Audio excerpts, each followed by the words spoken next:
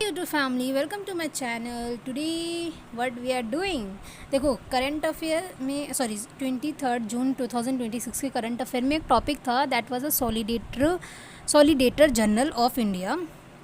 तो आज हम इस टॉपिक के बारे में पढ़ने वाले हैं। So let's begin.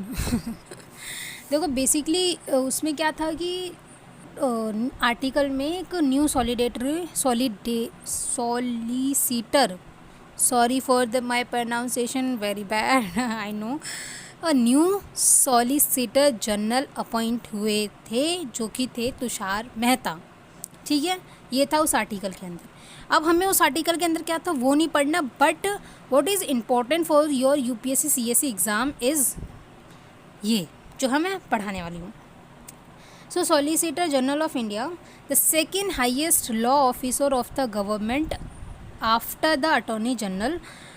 सो पहली बात तो अटॉर्नी जनरल होते कौन है ये आपको पता होना चाहिए। Attorney general is the highest law officer of the government, यानी कि गवर्नमेंट की जितनी भी लॉ प्रोसीडिंग्स करनी होती है, law proceeding in the sense की जो गवर्नमेंट के बिहाफ में कोई भी केस लड़ना होता है सुप्रीम कोर्ट के अंदर, वो केस लड़ा जाता है by the attorney general of India.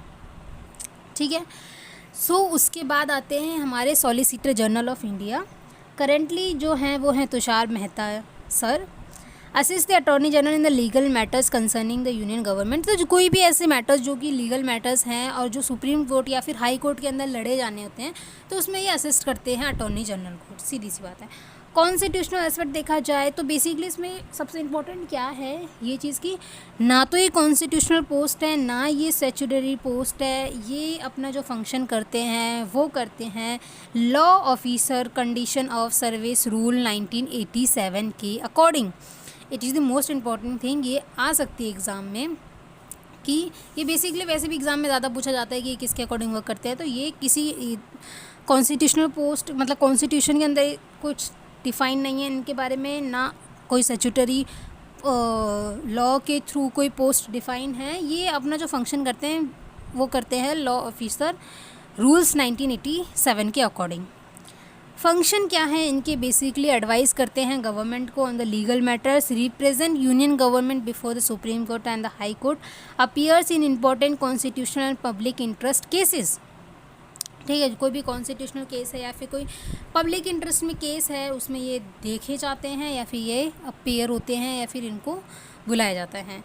Assist the attorney general in a major litigation, कोई बड़ा लिटिगेशन केस है, कोई बड़ा लॉ केस है तो उसमें ये क्या करते हैं अटॉर्नी जनरल को भी राय दे सकते हैं, मानना ना मानना उनके ऊपर है। ठीक है, एक जो इसमें सबसे बड़ी चीज़ है ना पता है क्या है, वो ये है कि attorney general can not work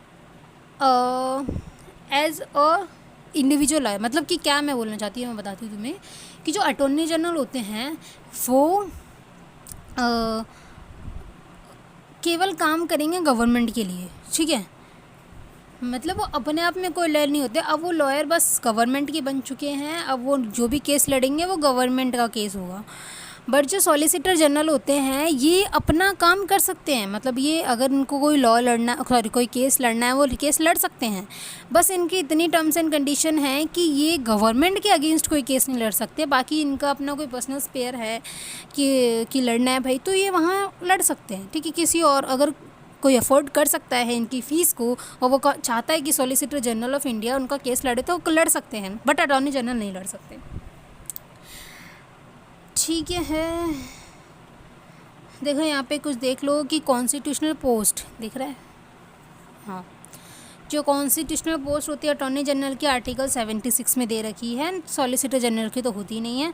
highest law officer है अटॉर्नी जनरल, ये उनके सबऑर्डिनेट हैं। एडवाइस करते हैं गवर्नमेंट को, ये भी करते हैं ये भी करते हैं। अपीयर्स इन सुप्रीम कोर्ट हाई कोर्ट दोनों हो सकते हैं। ठीक है, ये इतना था सॉलिसिटर जनरल के बारे में। अब क्या है, एक ना